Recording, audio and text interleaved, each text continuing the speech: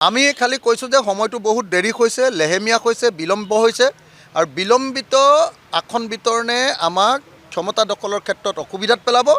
সেইকাৰণে আমাৰ দলে আজি বিনম্ৰভাৱে অনুৰোধ জনাইছে কংগ্ৰেছ দলক যে কাইলৈ আৰু পৰহিলৈৰ ভিতৰত গোটেই কথাবিলাকৰ এটা মীমাংসা হৈ যাব লাগে। আমাৰ পিনৰ পৰা মিত্ৰতা হ'ব বুলি আমি দৃঢ়তাৰে ঘোষণা কৰিছোঁ আৰু কংগ্ৰেছ দলক সেইকাৰণে এই মিত্ৰতা হ'বৰ কাৰণে আমাক সন্মানজনকভাৱে 15খন আসনৰ ব্যৱস্থা কৰিবৰ কাৰণে আৰু আমাৰ পচন্দৰ আসন দিবৰ কাৰণে আমি আহ্বান জনাইছোঁ।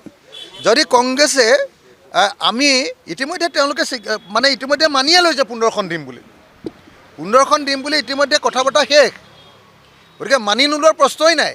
খালি এতিয়া প্ৰব্লেমটো হৈছে আসনখনৰ কোনখন আসন ল'ম সেইটোৰ ওপৰতহে, আসনৰ বাচনক লৈকে।